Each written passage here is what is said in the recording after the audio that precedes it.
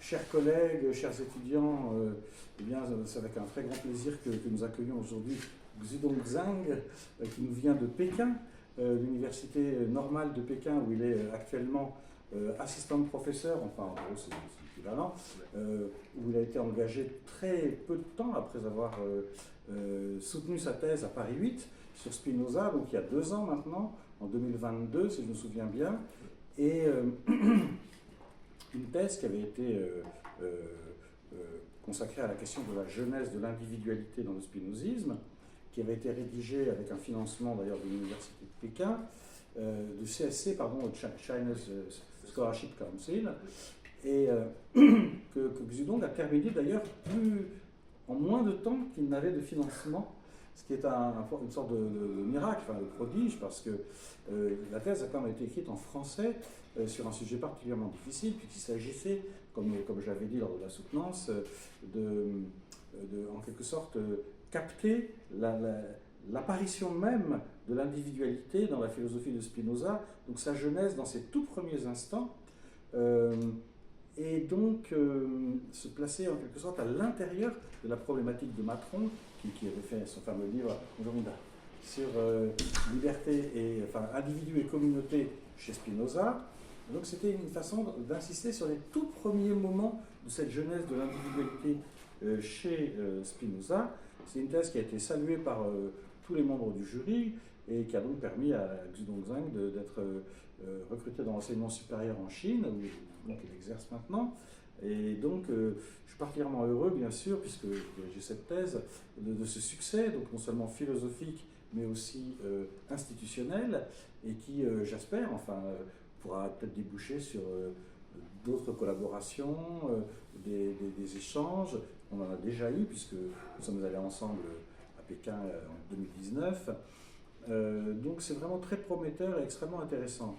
Donc, dans sa thèse, Xudong Zhang abordait déjà cette question du déterminisme, du fatalisme, des termes exacts ou des notions exactes qui pouvaient s'appliquer à la philosophie de Spinoza. Donc je suppose qu'aujourd'hui il va revenir encore plus précisément sur ces questions-là. Évidemment des questions absolument centrales, puisque se demander Spinoza est déterministe en quel sens, c'est s'interroger sur l'essence même du spinozisme. Donc nous sommes très heureux de vous écouter aujourd'hui. Je signale que vous travaillez non seulement sur Spinoza, mais aussi sur les philosophies plus contemporaines, c'est-à-dire d'une part des lectures de Spinoza par des marxistes comme Althusser, et aussi vous avez travaillé sur Simondon, vous avez aussi traduit en chinois, si je ne me trompe pas, du Bernard Stiegler. Oui, voilà. Voilà. Et donc, en plus, il anime actuellement un groupe de lecture à l'université normale de Pékin sur la philosophie contemporaine française, notamment à ce que j'ai entendu dire sur Jacques Rancière. Donc voilà, nous avons un jeune chercheur particulièrement talentueux. Et donc nous sommes très heureux de vous écouter aujourd'hui. Donc on va faire comme d'habitude, c'est-à-dire je vais vous laisser la place, vous pourrez peut-être être un peu plus au centre. Je reviendrai pour modérer le débat tout à l'heure. Donc Xudong, nous vous écoutons. Merci, merci beaucoup, M. Hamon, ces mots très très gentils. Et en fait, comme il était mon directeur de thèse, et c'était vraiment un grand honneur et grand plaisir de revenir à Paris 8 et donner cette conférence dans le cadre du séminaire Spinoza à Paris 8. Et donc aujourd'hui, ce que je vais vous présenter, en effet, c'est déjà, comme M. Hamon a dit, un peu développé dans ma thèse, mais c'est plus amélioré pendant après la soutenance de ma thèse, c'est un peu développé. Donc aujourd'hui, je vais vous parler le déterminisme de Spinoza, ou plus précisément, le déterminisme de Spinoza doit être compris en quel sens. En effet, en général, comment peut-on parler de l'éthique dans un système du déterminisme? Je ne parle pas tout d'abord de Spinoza, mais en général, le déterminisme. C'est le déterminisme entendu comme un système dans lequel tout ce qui se passe est bien déterminé par une causalité stricte et précise. Alors d'où vient la possibilité d'une éthique qui a pour objectif de nous conduire au bien, d'orienter notre vie vers une autre voie. Lorsque nous sommes déterminés à agir d'une manière et non autrement, les événements nous arrivent nécessairement ainsi et non autrement, il serait vain de construire une doctrine éthique ou morale qui a pour but de produire les changements dans la pratique. Quelle que soit la règle de la vie que nous pourrions proposer, la voie de notre vie a été bien déterminée au niveau ontologique. Et ainsi, une telle doctrine pratique n'en pourrait rien faire. Et de ce point de vue, en général, entre le déterminisme et l'éthique ou la morale, il n'y a qu'un choix exclusif à faire, et aucune conjonction n'est possible. Ou bien, nous prenons une position déterministe, si bien que nous sommes obligés d'abandonner la possibilité de parler de l'éthique ou de la morale, ou bien nous devons refuser ou restreindre le déterminisme pour sauver un espace indéterminé pour le champ de la pratique, à savoir de l'éthique ou de la morale.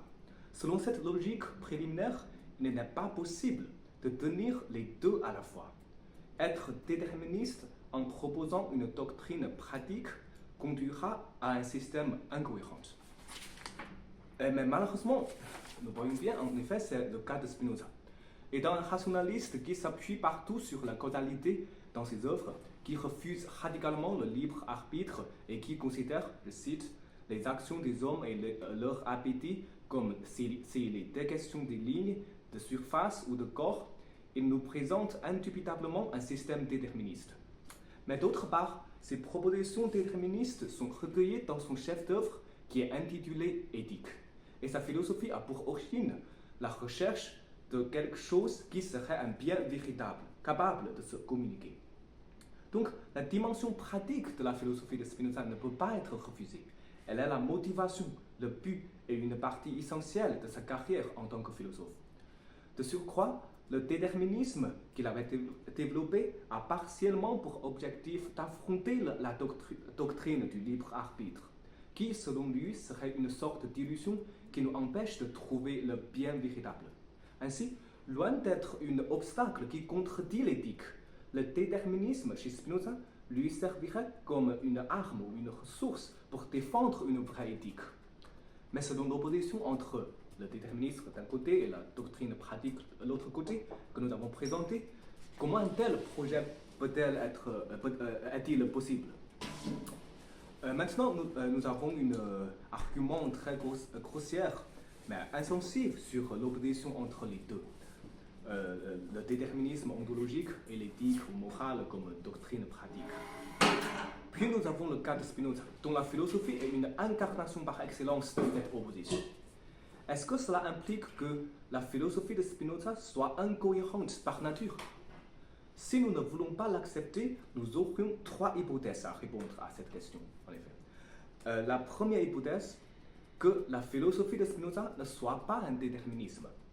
Et la deuxième hypothèse, que Spinoza ne propose pas une doctrine pratique. Et ce qui m'intéresse le plus, c'est la troisième hypothèse, qu'il n'y a pas opposition entre le déterminisme et l'éthique, au moins dans le sens spinoziste. Avant d'analyser chacune des hypothèses de près, une enquête sur notre usage des termes serait nécessaire. D'abord sur le terme déterminisme, comment le comprendre? Dans l'histoire de la pensée, en effet, sans doute, nous pourrions trouver plusieurs variations de cette définition selon les domaines différents dans la physique, dans la sociologie, dans la psychologie et même dans la philosophie. Mais selon les époques, les penseurs différentes, ils ont les compréhensions et les définitions très variantes. Mais en même temps, il est aussi souvent utilisé réciproquement ou parfois confusément avec le terme nécessitarisme et le fatalisme. Le but de notre discussion ici est de fixer certains usages afin de faciliter notre argumentation suivante et en évitant les confusions possibles. Donc, nous définissons les termes ainsi. Par déterminisme, nous entendons une doctrine ontologique où toutes les choses, et même tous les états de choses, sont déterminés par leur cause. L'essentiel du déterminisme est donc le principe de raison suffisante. Et par fatalisme, nous entendons une doctrine selon laquelle chaque chose et chaque état de choses, dans chaque moment, même étant tenu compte isolément en elle-même, est fixée et ne peut pas être changée, puisqu'il est imposé ou prédéterminé par un destin. En première vue, les deux semblent un peu similaires, mais je vais expliquer la différence parce que c'est un point essentiel de ma déduction. Bien sûr, les définitions que nous présentons ici sont loin d'être parfaites, mais en appuyant sur la particularité de chaque cas, nous les définissons d'une manière distinctive qui pourrait nous aider à les analyser et comparer.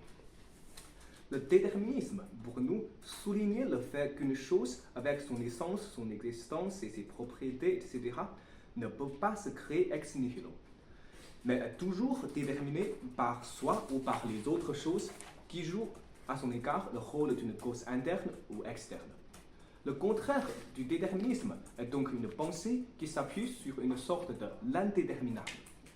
Le déterminisme ainsi défini peut être partiel ou universel. Un déterminisme partiel signifie que le règne de la nécessité causale ne s'applique qu'à certaines parties du monde ou certains champs dans le système.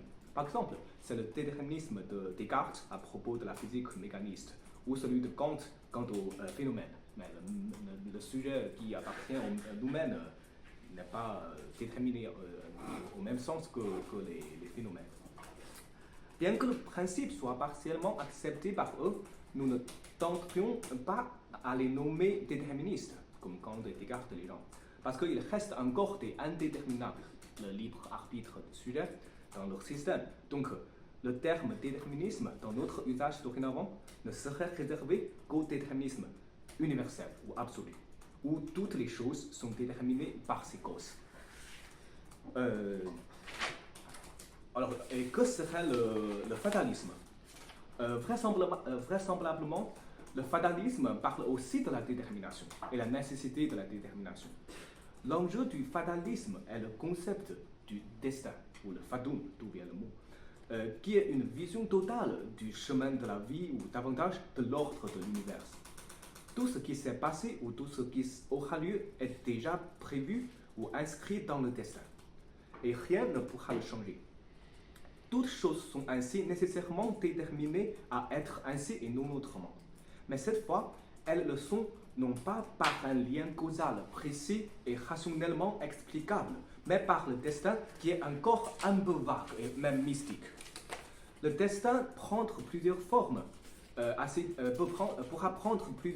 assez diverses. Par exemple, il peut être la volonté de Dieu au sens de la religion, ou les décrets des dieux dans le mythe ancien, les mythes grecs, ou l'ordre de l'univers compris généralement, ou l'ensemble des hasards dans la vie, y compris, bien entendu, certaines formes de la détermination totale de la causalité.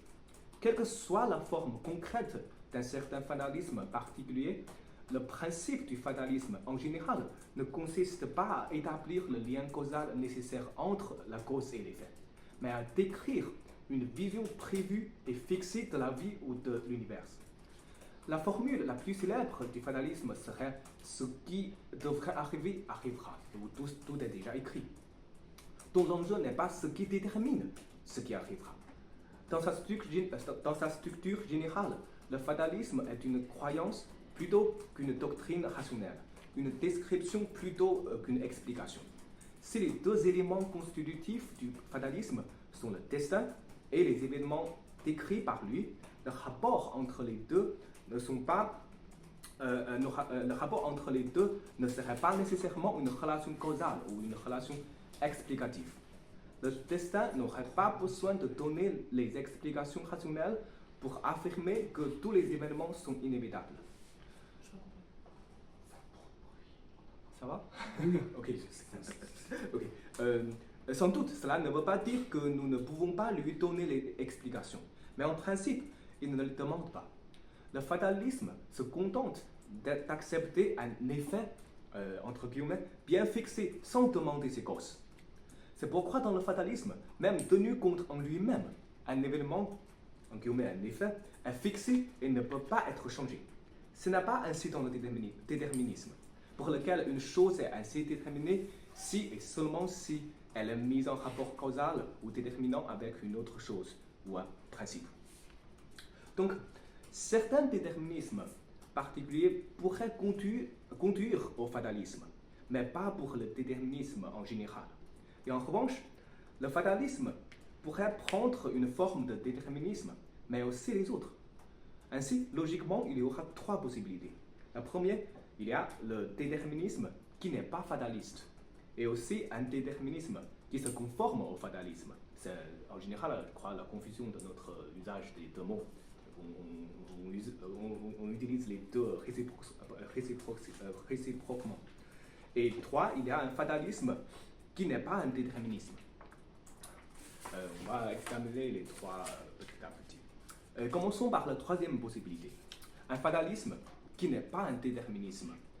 C'est une telle vision selon laquelle on croit que les états des choses ou les événements sont fixés par le destin et sans aucune considération de leur cause déterminante et efficiente. L'exemple par excellence d'un tel fatalisme se trouverait facilement dans la tragédie grecque, par exemple, Oedipe roi de Sophocle. Étant décidé par les divinités olympiennes, le destin est donné en forme d'une prévision. Et selon la prévision, Oedipe était destiné à commettre le crime de tuer son père et épouser sa mère. Et la conscience de cette prévision et les efforts pour éviter le désastre ne seraient pas seulement en vain, mais en revanche, ils conduiraient. Les causes prochaines de cet événement n'importent pas. Ce qui doit arriver, arrivera. Même que Oedipe avait essayé d'isoler de ses parents, de se séparer avec ses parents, pour couper l'enchaînement causal qui pourrait conduire au crime prédit. Ce n'est pas la causalité qui règne cet événement criminel, mais le destin mystique. La causalité, en étant absente, nous pourrions encore employer des termes causaux pour décrire le principe d'un tel fatalisme. L'événement destiné qui pourra être nommé l'effet est prédéterminé. N'importe quelle cause la précède. Dans la tragédie d'Oedipe, seulement un événement est destiné. Mais rien n'empêche d'étendre le règne du destin mystique à la porte de tous les événements dans la vie, et même dans l'univers. Ainsi, parvenons-nous à une vision totale du monde à partir de la notion du destin. Nous voyons qu'il n'est pas du tout un déterminisme, et davantage qu'il est lui opposé. Appelons-le le fatalisme tragique. Et certes, la forme tragique n'est pas la seule forme possible du fatalisme. La deuxième possibilité qu'on va examiner ici s'appuiera sur un fatalisme qui sera compatible avec le déterminisme. Selon nos définitions en haut, l'essentiel du déterminisme est la causalité en tant que la détermination des choses. Et l'essentiel du fatalisme sont le destin comme une vision totale du parcours de la vie ou de l'univers.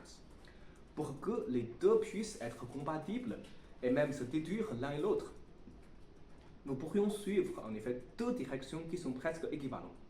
À partir du fatalisme, il nous faudrait trouver une explication causale et rationnelle pour le destin et ainsi le transformer en un fatalisme déterministe. Le destin n'est plus une décision de la volonté inaccessible de Dieu ou une prévision mystique, mais la conséquence logique de la détermination totale des choses par la causalité. En même temps, si nous commençons par le déterminisme, une vision totale de l'ordre des choses qui se découle de la série causale pourrait aussi s'appeler un destin où ce qui devrait arriver arrivera, puisque ce qui arrivera est déterminé par sa cause antécédente. Une cause quelconque donnée produit nécessairement d'elle-même un effet certain et pas autrement. Et chaque effet est donc déterminé par ses causes antécédentes, et que les choses antécédentes en tant que causes sont aussi déterminées comme effet par ces causes, ainsi jusqu'à l'infini. Le futur est donc déterminé par le présent et le présent est déterminé par le passé. Ainsi aboutirons-nous à un déterminisme fataliste. C'est en ce sens, et non pas en sens tragique, que les stoïciens interprètent le mot fatum. Prenons-nous maintenant un résumé de Cicéron. Je cite. J'appelle destin fatum ce que les Grecs nomment eimar mene. C'est un ordre, une série de causes et d'effets. La cause liée à la cause fait naître un événement elle-même. Ainsi, le destin sera la cause éternelle de toutes choses. Non selon le langage de la superstition, ici Cicéron se distingue de la fatalisme tragique, mais selon les lois de la nature, cause à raison de laquelle les faits accomplis ont eu lieu. Les faits présents s'accomplissent et les faits à venir arriveront. Le fatalisme est donc conçu de deux manières différentes. Le fatalisme tragique et le fatalisme déterministe. Toutefois, les deux conceptions partagent quelque chose qui leur permet d'être nommé fatalisme. C'est la notion du destin, qui signifie en général une vision totale de l'ordre fixé de tous les événements. Tous les événements, qu'ils soient dans le passé, dans le présent ou le futur, pourraient trouver leur position dans le destin, comme une ligne chronologique où ils sont déjà inscrits. Les différences et les points communs entre les deux pourraient s'illustrer dans les formules suivantes. Dans le fatalisme tragique, un événement B se réalisera puisqu'il est prédéterminé par le destin, quoique les événements indécidents soient sa cause ou non. Donc B est bien déterminé, sans considérer ses précédents. Et dans le fatalisme déterministe, B se réalisera si et seulement si A est dans la cause de B se réalise. De surcroît, pour que A puisse se réaliser, il lui faudra aussi une autre cause, et pour cette cause encore une autre, ainsi à l'infini.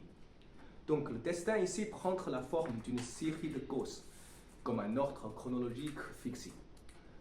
Bien que les cadres conceptuels soient différents dans les deux formes de fatalisme, ils partagent deux points en commun. Dans les deux cas, la réalisation de B est inévitable. Le deuxième point, en élargissant le règne du destin à la portée du monde entier, nous avons une vision totale des événements dans laquelle chaque événement, ayant la même situation que B, est inévitable. Logiquement, nous devons commencer à analyser la troisième possibilité, un déterminisme qui n'est pas fatalisme. Si le déterminisme conduit nécessairement au fatalisme, il ne serait qu'une sous-catégorie, une forme rationnelle de fatalisme. Mais comment imaginer un déterminisme total en évitant une vision de destin? Ou le déterminisme total serait-il nécessairement un déterminisme fataliste? En fait, la réponse que nous proposons serait un non. Et nous souhaitons développer un déterminisme non fataliste à partir du spinozisme. L'éthique que Spinoza présente est une doctrine pratique d'un côté et en même temps, son ontologie est incontestablement déterministe. À partir de cette conclusion préliminaire, il ne reste que cette possibilité pour sauver la cohérence du système de Spinoza, que le déterminisme chez Spinoza ne soit pas fataliste et qu'il soit ainsi compatible avec une conception de possibilité d'agir qui fonde la doctrine pratique prescriptive. Du côté du déterminisme, nous ne savons pas encore comment il peut rester déterminisme en évitant la forme de fatalisme. Et du côté de la pratique, il faudrait expliquer que veut dire exactement une possibilité d'agir qui diffère radicalement du libre arbitre et comment elle est compatible avec un monde absolument déterminé. Ce sont les problèmes que nous allons traiter. Le principe du déterminisme, selon notre définition minimale, pourrait se résumer dans le principe de raison suffisante. C'est-à-dire que tout ce qui se passe doit avoir une raison. Pourvu que la raison et la cause soient identifiées chez Spinoza, ce principe pourrait s'articuler ainsi comme un axiome de style Spinoza. C'est l'axiome 3 dans la première partie. S'il est donné une cause déterminée, nécessairement s'ensuit un effet. Et à l'inverse, s'il n'est donné aucune cause déterminée, il est impossible qu'un effet s'ensuive. Cette cause peut être Dieu, à savoir la substance en tant que la totalité de l'être, la cause de toutes les choses, et elle peut aussi être une modification de la substance sous la forme d'une autre chose singulière. Le déterminisme de Spinoza ainsi se manifeste de deux manières, en effet, chez Spinoza. Une chose quelconque est déterminée soit par Dieu et la nécessité de sa détermination, soit par une autre chose comme sa cause extérieure. Dans la première partie de l'éthique, ces deux sortes de détermination causale sont démontrées principalement dans les deux propositions, la proposition 26 et la proposition 28. Selon la proposition 26, Dieu détermine toutes les choses puisque, je cite, une chose qui est déterminée à opérer un certain effet y a été déterminée nécessairement par Dieu. Et une chose qui n'est pas déterminée par Dieu ne peut pas se déterminer elle-même à opérer. Fin de citation. Donc, elle présente la détermination d'une chose par Dieu. C'est la fonction de la proposition 26. Et selon la proposition 28, chaque chose singulière est déterminée par une autre chose singulière. Cette fois, ce n'est pas par Dieu, c'est par une autre chose singulière. En tant que, cette chose singulière, en tant que modification de la substance. Donc, c'est une forme de détermination par une autre chose. Bien entendu, les deux formes de détermination en réalité n'en sont qu'une. C'est toujours le même Dieu qui est la cause efficiente et immanente. La détermination par une autre chose dans la proposition 28 est une explication de la détermination par Dieu dans la proposition 26. Parce que, d'un côté, une chose singulière qui est finie ne peut pas être déterminée directement par un Dieu infini, parce que le lien causal entre fini et l'infini est impossible chez Spinoza. Et donc la détermination par Dieu devrait prendre la forme de la détermination par une autre chose. Et de l'autre côté, cette autre chose n'est rien d'autre qu'une modification de Dieu elle-même. Alors la détermination par une autre chose est en fait aussi une détermination par Dieu. Pourtant, les deux formes distinguées de la détermination causale se conforment au premier égard aux deux formes de fatalisme, au moins deux formes de lecture fataliste de Spinoza.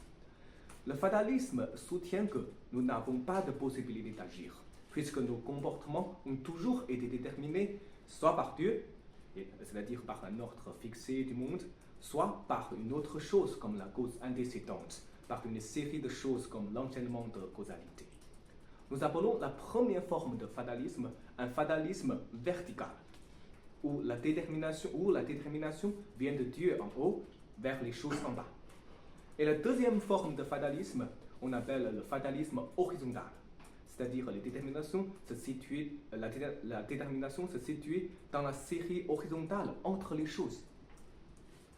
Et généralement, un événement peut avoir lieu, ou bien parce qu'il est déterminé par une cause dans le plan de la causalité, ou bien parce qu'il y a une intervention subjective, une décision de libre arbitre qui se place au-dessus du plan de la causalité, ou bien parce qu'il est totalement contingent, sans aucune cause ou raison.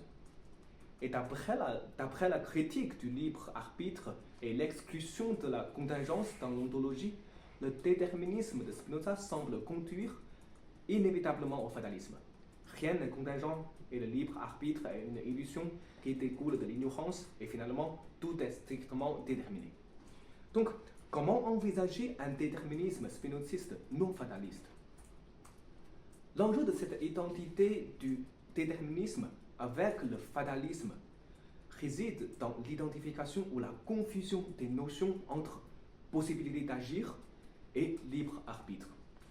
Si l'élimination du libre arbitre, qui est très évident chez Spinoza, conduit nécessairement à celle de la possibilité d'agir, alors le déterminisme absolu ne se distinguerait jamais du fatalisme.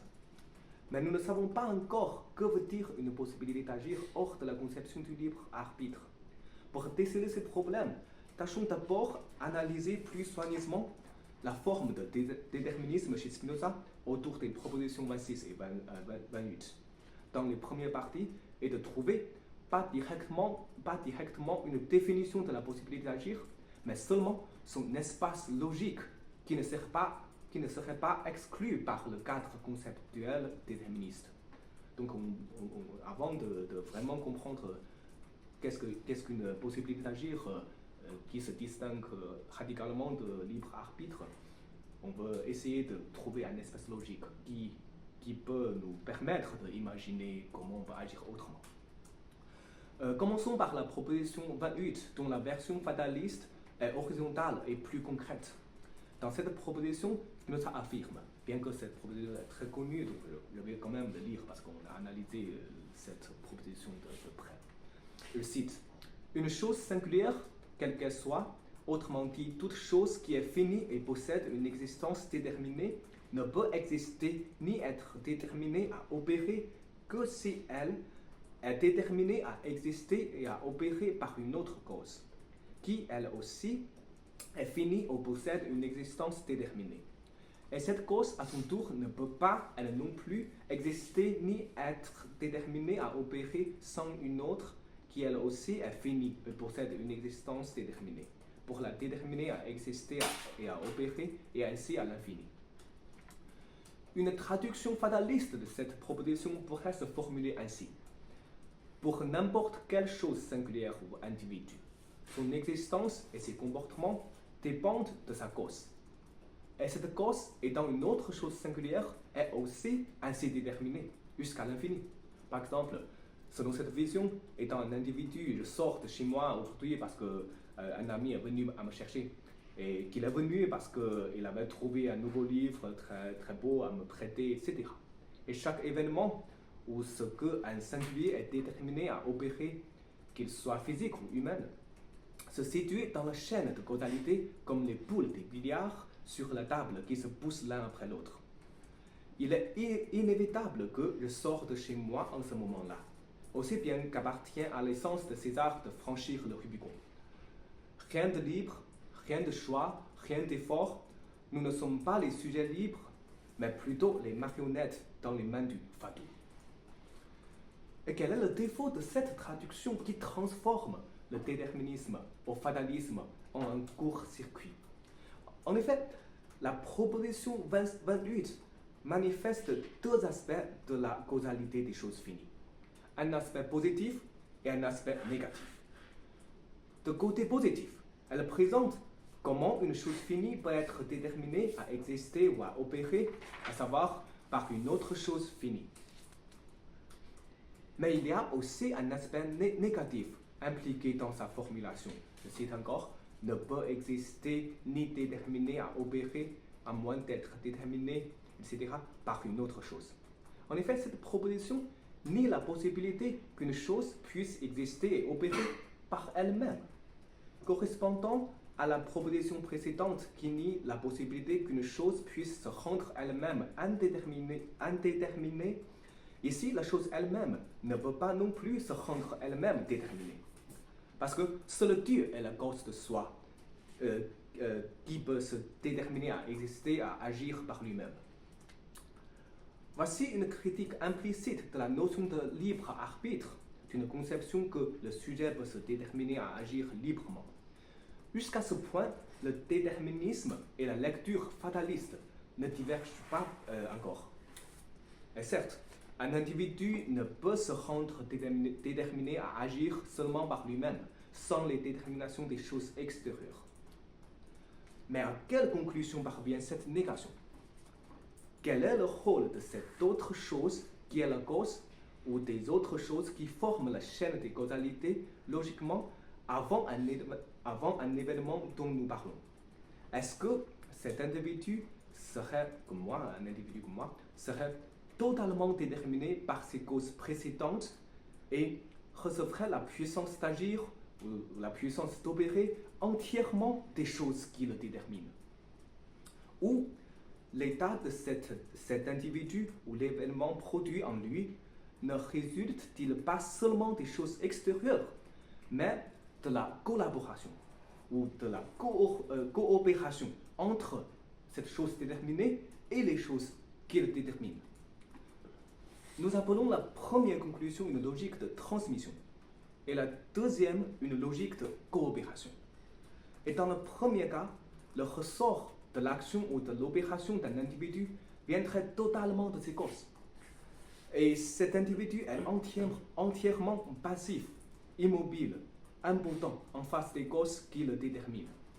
Et par contre, dans le deuxième cas, l'individu déterminé participe aussi à sa propre détermination avec les causes extérieures.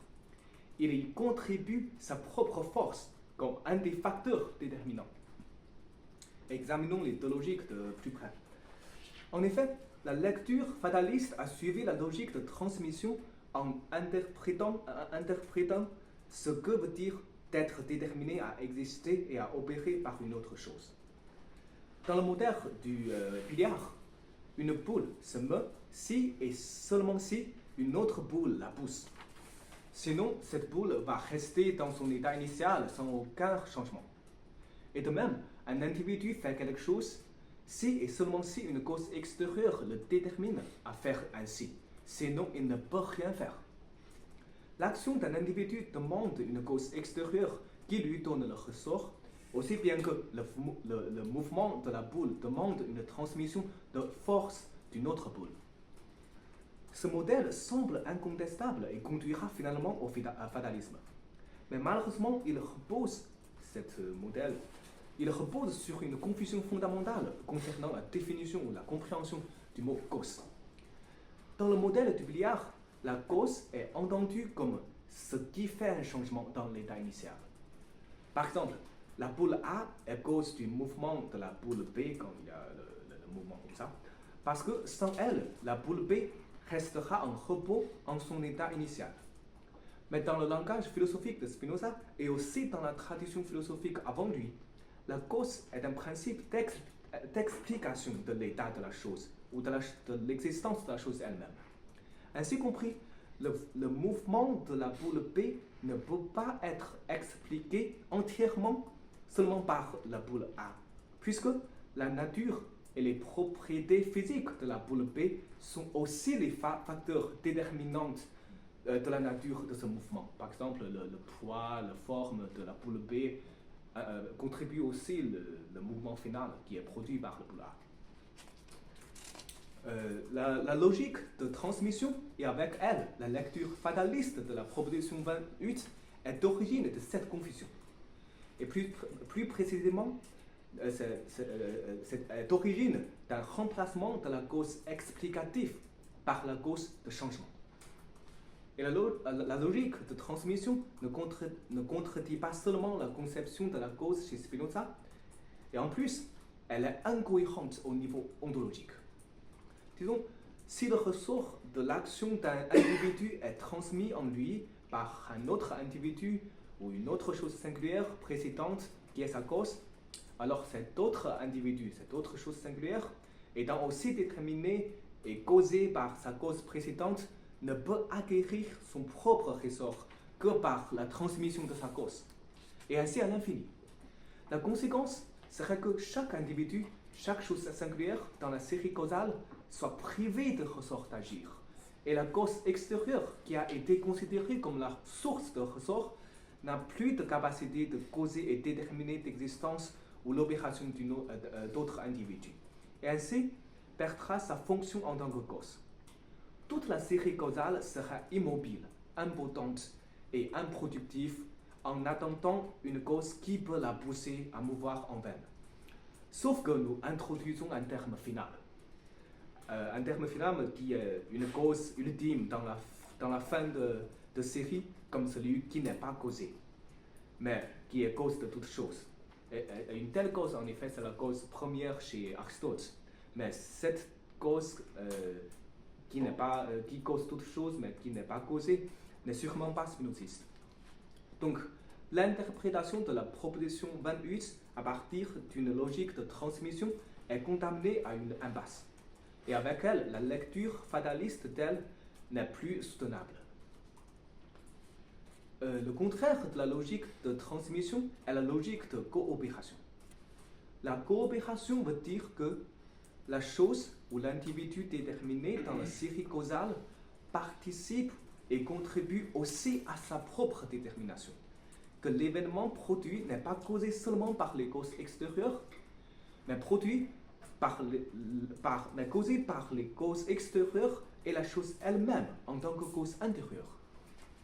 Le mot coopération et même cette logique dont on a parlé ne se trouve pas explicitement dans la proposition 28 ni dans sa démonstration et sa scolie.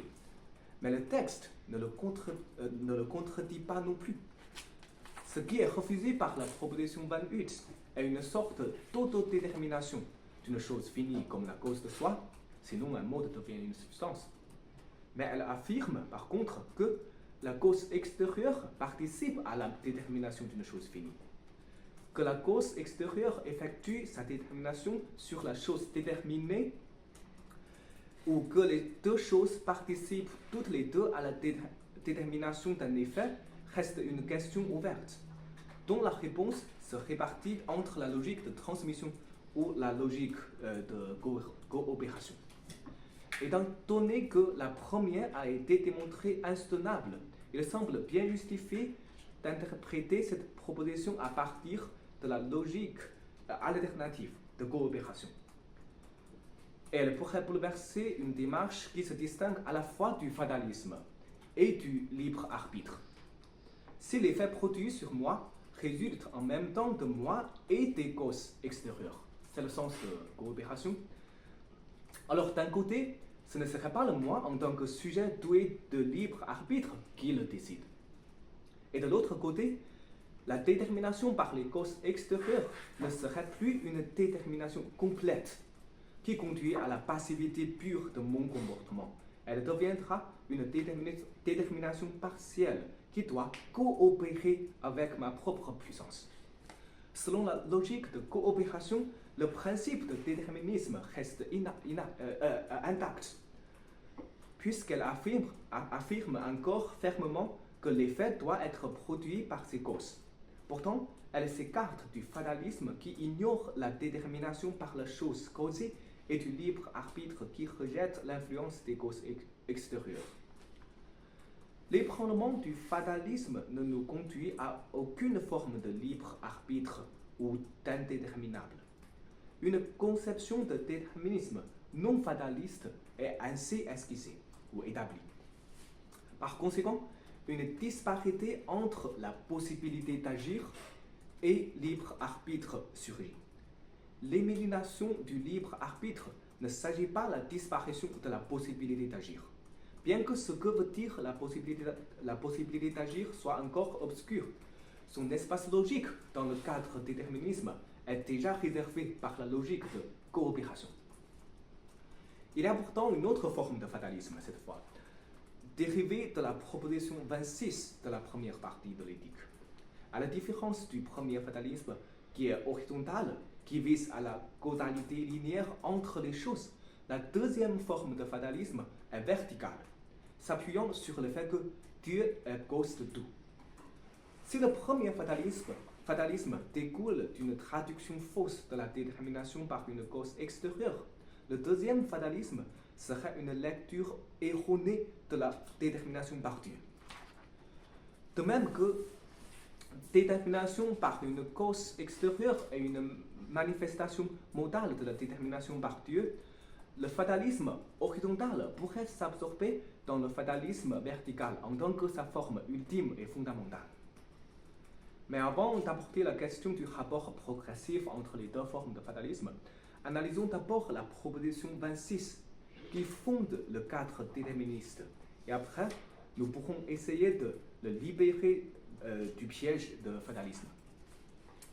Selon la proposition 26, une chose qui est déterminée à opérer un certain effet y a été déterminée nécessairement par Dieu. Et une chose qui n'est pas déterminée par Dieu ne peut se déterminer elle-même à opérer. Sans doute, la conception que Dieu est cause de tout se trouve partout dans l'œuvre de Spinoza. Le troisième chapitre du court traité est consacré directement à et intitulé comme « Que Dieu est cause de tout ». Et dans l'éthique, la proposition 16 de la première partie est plus fondamentale, puisqu'elle est le point où Spinoza finit sa discussion de l'essence de Dieu et commence à parler de la puissance de Dieu en tant que cause. Et les trois corollaires et la proposition 18 décrivent la nature de cette cause. Elle est la cause efficiente, cause par soi, cause première, cause libre et cause immanente. Mais nous nous concentrons sur la proposition 26, parce qu'il y a beaucoup de propositions qui parlent de Dieu en tant que cause. Mais nous nous concentrons sur la proposition 26, pour la raison que, déduite et fondée sur les propositions précédentes, elle explique que chaque chose ou chaque individu est un effet de Dieu qui est sa cause. Le Dieu cause et l'individu fini, l'effet, Dieu d'un côté, l'individu fini de l'autre côté, l'un est une cause et l'autre est son effet, constituent les deux éléments structuraux d'une dimension du déterminisme de Spinoza, qui pourrait conduire au fatalisme. Le fatalisme étant diamétralement opposé de la doctrine pratique. Il ne s'arrête pas à la détermination de tout, mais aussi la position singulière de chaque individu prédestiné dans le tout, bien déterminé. Donc le fatalisme qui découle de la détermination par Dieu pourrait se formuler ainsi. Pour chaque individu, ce qu'il fait et ce qui lui arrive sont prédéterminés par Dieu. et on ne peut rien faire que attendre ce qui est déjà écrit dans notre destin. Le fatalisme vertical s'appuyant sur la détermination par Dieu, qui est le fondement de la détermination par les autres choses, est plus profond que le fatalisme horizontal et ainsi il s'exempte de la critique que nous avons présentée contre ce dernier. Nous avons démontré que la causalité entre les choses finies doit être interprétée selon une logique de coopération et non pas de transmission. Mais cela n'empêche pas que l'ordre des choses en sa totalité est déterminé encore par Dieu. Bien que la chose déterminée dans la causalité linéaire participe aussi à sa propre détermination avec la chose qui la détermine, elle est néanmoins déterminée entièrement par Dieu. Par conséquent, la possibilité d'agir se perdrait dans la domination totale de Dieu. Le déterminisme de Spinoza, en ce sens, retombe dans l'abîme du fatalisme. Et quel est le défaut d'une telle lecture de la proposition 26 ? Par quelle démarche parvient-elle à sa conclusion? La définition minimale du fatalisme vertical souligne que Dieu détermine tous les mouvements des choses, y compris les comportements humains. Si Dieu est compris dans un sens transcendant, dans la tradition non spinoziste, alors il est très facile de concevoir un fatalisme à partir de la détermination totale de Dieu. Pourvu que chaque événement qui arrive, chaque état de choses, chaque action effectuée est pour cause Dieu, en tant que ces effets, nous n'avons aucune possibilité d'agir sous la domination de Dieu. La structure du fatalisme vertical consiste en deux principes. Premièrement, Dieu détermine tout et nous sommes une partie de ce tout, donc nous sommes encore déterminés par Dieu. Et deuxièmement, Dieu est une autre chose que nous. Ainsi que nous n'avons pas la spontanéité en tant qu'individu déterminé par lui. Mais il est clair que le Dieu dont parle Spinoza n'est pas un Dieu transcendant, qui domine les choses en haut, mais un Dieu immanent. Pourtant, à première vue, remettre Dieu sur un plan immanent ne changerait pas la structure fataliste. Bien que Dieu soit immanent, il détermine encore nécessairement toutes les choses et il est encore une autre chose que nous. Le déterminisme conduit-il ainsi inévitablement au fatalisme ou non? Notre réponse est non, en fait. Toute la confusion entre le déterminisme et fatalisme vertical, pour nous, réside dans l'ambiguïté de l'expression « autre chose ». Sans doute, pour Spinoza, Dieu est une autre chose pour nous qui sommes les mondes. Cependant, il n'est pas une autre chose en haut qui nous exclut. Il y a deux manières de comprendre l'expression « autre chose ». Ou bien elle signifie une séparation extérieure d'une chose et de l'autre. Par exemple, Dieu transcendant en haut est une autre chose pour les choses créées en bas. Ou bien elle signifie une distinction modale. Par exemple, le tout est une autre chose pour la partie. Seulement le premier cas permet de transformer le déterminisme en fatalisme, tandis que le deuxième cas, qui prévaut chez Spinoza, ne le permet pas. Parce que quand Spinoza affirme que Dieu est cause de tout et qu'une chose est déterminée à opérer par Dieu, le Dieu dont il parle enveloppe la chose déterminée. S'il en est ainsi, la chose déterminée participe aussi à sa propre détermination par Dieu, parce qu'il est dans Dieu, il est parti en Dieu. Elle n'est pas totalement passive devant Dieu. Au contraire, elle est une expression de la puissance de Dieu. La lecture fataliste n'est possible qu'à condition de réintroduire une position transcendante de Dieu en face de la chose déterminée. Ayant accepté que Dieu soit immanent, la seule manière d'interpréter la proposition 26 comme une thèse fataliste est de comprendre le Dieu sans la chose déterminée. Mais ayant été défini comme un être absolument infini et comme ce qui produit une infinité de choses en une infinité de modes, le Dieu sans un de ces modes est-il encore Dieu? N'est-elle pas une notion incomplète de Dieu? Plus précisément, c'est l'ensemble de toute autre chose sans la chose déterminée. Dieu, au sens juste, est divisé en deux parties. Une partie déterminante, à savoir l'ensemble des autres choses sans la chose déterminée, qui est entendue comme Dieu par une identification erronée, et une autre partie déterminée, c'est-à-dire la chose causée. De surcroît, la première partie est dans la cause de la deuxième, elle est extérieure à la deuxième. Elle lui transfère le ressort pour agir. L'hypothèse fataliste ne se soutient que par cette conception. Ne nous trouvons pas la même logique de transmission qui est déjà critiquée dans notre analyse du fatalisme horizontal. La seule différence est que la cause extérieure proche de la chose causée est devenue, cette fois, l'ensemble des choses extérieures. Et que, comme nous l'avons démontré, il faudra remplacer la logique de transmission par celle de coopération. Par conséquent, nous obtenons une interprétation alternative de la détermination par Dieu dans proposition 26. Que Dieu est cause d'une chose signifie que cette chose est déterminée par toutes les choses, par sa coopération avec toutes autres choses. Donc, toutes les choses et toutes les autres choses ne sont pas pareilles. Elle contribue à sa propre détermination en coopérant avec les autres choses. Dieu est dans le nom de l'unité, de la totalité, de la puissance de l'ensemble de toutes les choses.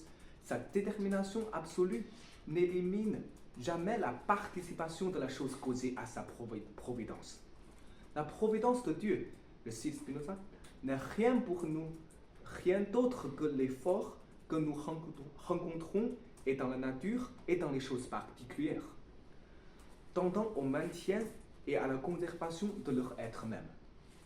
La contribution de chaque chose est une providence particulière, qui est l'effort que fait chaque chose pour la préservation de son être.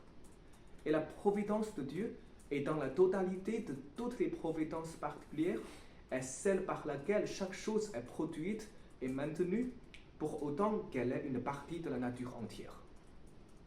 Finalement, la providence de Dieu n'est rien d'autre que la décision démocratique de toutes les choses en tant que ses parties.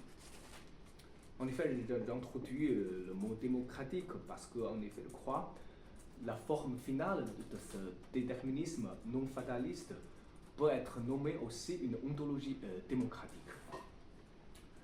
Avant d'entreprendre une explication positive de la notion de possibilité d'agir et cette ontologie démocratique, une difficulté reste à résoudre. À partir de la conclusion que nous avons obtenue, il semble qu'un espace logique est déjà sauvé pour la notion de possibilité d'agir, qui signifie que nous pourrions agir autrement. Mais bien que la chose déterminée puisse participer à sa propre détermination, l'ordre des choses n'est-il pas encore strictement arrangé et ordonné par la nécessité de Dieu? Si nous essayons d'envisager d'un tel ordre entièrement, n'est-il pas immuable jusqu'au plus petit détail? Le moment et le lieu étant donnés, chaque événement est nécessairement déterminé à être ainsi et non autrement. Je suis destiné à sortir de chez moi, aussi bien que César a été destiné à franchir le Rubicon. Les choses n'ont pu être produites par Dieu ni d'une autre façon, ni dans un autre ordre qu'elles ne l'ont été. Fin de citation. N'importe pour le passé, le présent ou l'avenir, du point de vue de Dieu, tout y est de par la nécessité de la nature divine, déterminée à exister et à opérer de façon bien précise. Il est impossible de concevoir une possibilité d'agir autrement. Donc c'est la difficulté. Pour résoudre cette difficulté, il nous faudrait distinguer deux points de vue. Le point de vue global de Dieu et le point de vue local d'une chose singulière ou d'un individu.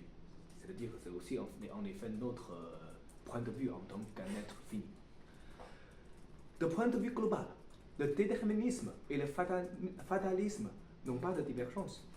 On est d'accord que tout est déterminé nécessairement par Dieu, et il n'y a ni libre arbitre ni contingence. Ce qui importe est le point de vue local. Le fatalisme a retrouvé l'impotence et même l'impossibilité d'agir devant le monde entier déterminé, et ainsi il deviendra une forme de sophisme de paresseux dans le domaine pratique. Au contraire, notre hypothèse du déterminisme non fataliste soutient que, du point de vue local, l'individu peut encore avoir sa possibilité d'agir. Pour la raison suivante. Puisque la chose déterminée participe à sa propre détermination avec toute autre chose, l'ordre du monde, pour lui, n'est pas encore déterminé sans son propre effort. Autrement dit, il participe à la construction ontologique de l'ordre du monde. Il a bien la possibilité d'agir, aussi bien qu'il ait la possibilité de construire l'ordre du monde, bien que, remarquons, avec toute autre chose et non pas par lui-même. L'ordre du monde n'est pas changé, mais la disposition des choses dans cet ordre est toujours changeante. Les deux points de vue, le global et le local, ne sont pas simplement deux manières distinctes de voir les choses, deux perspectives parmi lesquelles on pourrait choisir ceci ou cela arbitrairement. Par contre, ils sont vrais à la fois et s'impliquent réciproquement. Il n'y a aucune contradiction entre les deux. Le point de vue global selon lequel Dieu détermine le tout nécessairement se valide par le fait que Dieu est la totalité des choses, la totalité des efforts des choses, hors de laquelle il n'y a rien. En revanche, le point de vue local se fonde sur l'effort de chaque chose singulière, qui détermine ensemble avec toutes les autres choses et leur effort l'ordre du monde ordonné par Dieu. Bien qu'il n'y ait pas autre nécessité que celle de Dieu et qu'il n'y ait pas d'autre ordre du monde que l'ordre déterminé par lui, pourtant, pour chaque chose singulière et chaque individu dans ce monde, comme nous, puisque c'est exactement la contribution de chaque individu qui fabrique l'ordre du monde en tant que tel, chaque individu a encore sa propre possibilité d'agir, fondée sur sa puissance et la coopération de sa puissance avec les autres. Nous savons bien que le nom de cette puissance, la puissance par laquelle nous coopérons avec les autres, c'est le conatus. Spinoza le définit ainsi. Chaque chose, autant qu'il est en elle, s'efforce de préserver dans son être. Donc le déterminisme de Spinoza, selon notre interprétation, n'est plus un fatalisme. Il ne s'oppose pas à la doctrine pratique qui demande la possibilité d'agir. Au contraire, il nous aidera à construire une nouvelle doctrine pratique en redéfinissant la possibilité d'agir à partir de la notion du conatus au lieu de libre arbitre. Après avoir présenté les critiques contre les lectures fatalistes et démontré la possibilité d'un déterminisme non fataliste, notre tâche ici est de chercher les preuves positives dans les textes de Spinoza pour justifier ce déterminisme non fataliste et de scruter la notion de la possibilité d'agir et finalement présenter la dite ontologie démocratique que ce déterminisme implique. En fait, nous avons déjà évoqué certaines démonstrations positives dans nos critiques des lectures fatalistes. Le fatalisme n'est possible que sous condition de comprendre la causalité selon une logique de transmission. La transmission de ressorts par les causes extérieures proches dans la proposition 28, par toutes les autres choses comme une notion incomplète de Dieu dans la proposition 26. En revanche, l'enjeu du déterminisme non fataliste réside dans la logique de coopération. Du point de vue local, elle est la coopération entre les causes extérieures et la chose déterminée elle-même. Et du point de vue global, elle est la coopération entre toutes les autres choses et cette chose déterminée. Par conséquent, pour chaque individu, il n'y a jamais de détermination indépendante de sa propre contribution, ni de destin au-dessus de lui sans sa propre participation. Pourtant, la manière dont nous avons obtenu cette conclusion n'a pas été par une déduction directe de la proposition 26 et la proposition 28, mais par la réductio ad absurdum, en montrant l'impasse des lectures fatalistes. Certes, Spinoza n'a jamais parlé d'une logique de coopération dans la première partie de l'éthique, puisqu'il n'avait pas pris les choses singulières ou les individus comme objet de discussion. bien qu'il ait parlé de la nature naturelle, il en a parlé comme les effets de la puissance de Dieu, qui est le vrai sujet visé de cette partie. Mais dès que nous entrons dans la deuxième et la troisième partie, nous voyons plus facilement les textes qui favorisent une logique de coopération. Par exemple, dans la petite physique, suivant le lemma 3, qui est une présentation de la proposition 28 de la première partie, Spinoza formule l'axiome 1 de la façon suivante. Je cite l'axiome 1 de la petite physique de Spinoza.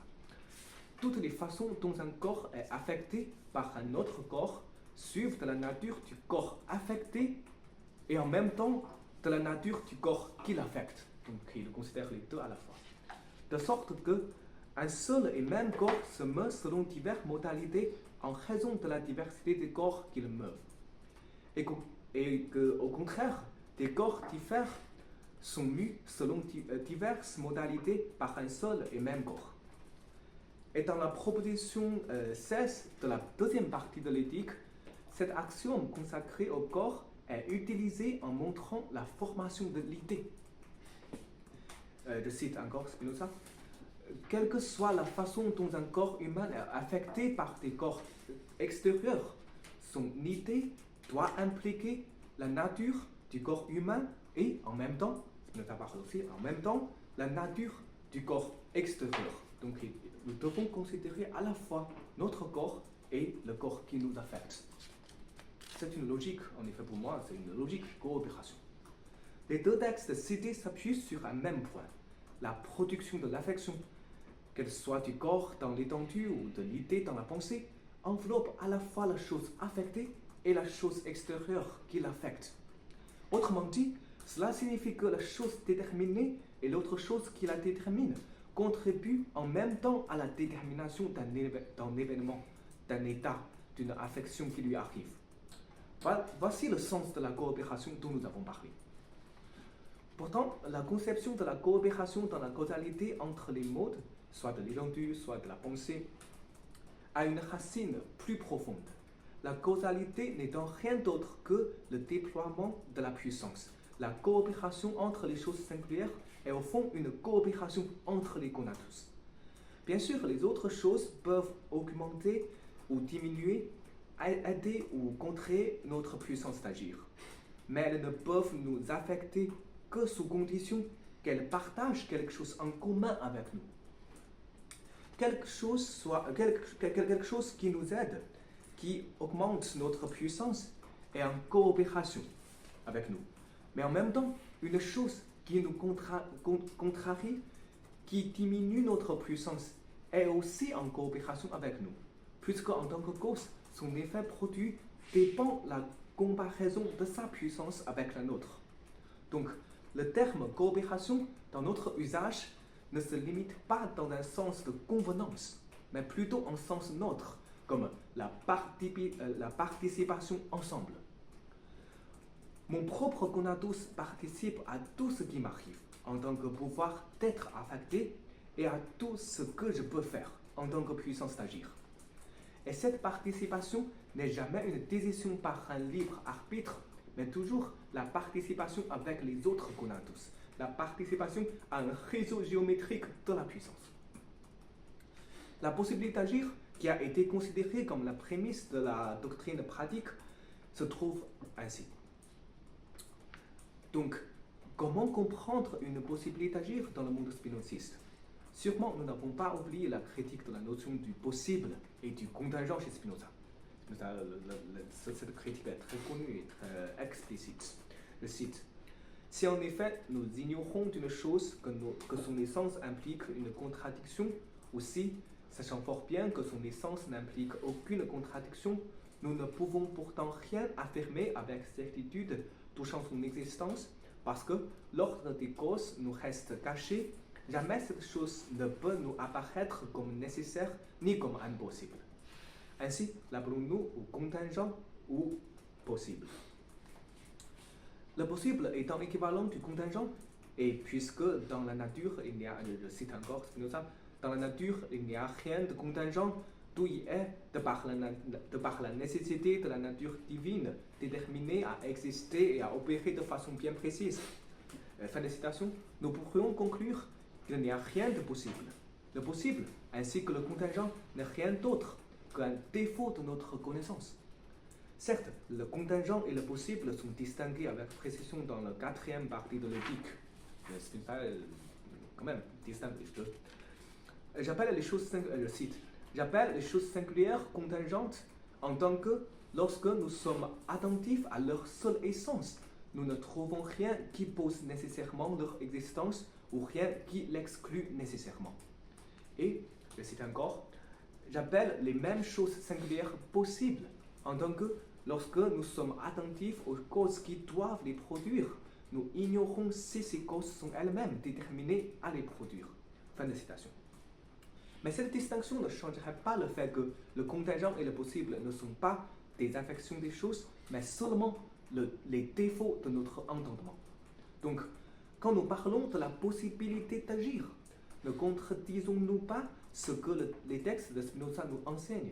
Ne parlons-nous pas de quelque chose qui a été explicitement et radicalement exclu de son ontologie? La question, en effet, est plus délicate qu'elle ne semble. En fait, le discours de Spinoza sur le possible et le contingent se situe substantiellement dans deux registres. Dans l'ontologie, il n'y a ni contingent ni possible, et tous les deux sont exclus par le cadre du déterminisme. Mais dans l'épistémologie, les termes contingent et possible sont employés pour décrire les manières dont nous concevons les choses. Et ils ne montrent rien de la nature des choses, mais seulement les défauts de notre conception. Cependant, la notion ou l'expression de la possibilité d'agir dont nous avons utilisé s'inscrit dans le registre de la pratique. Et là, Spinoza n'en avait pas parlé explicitement.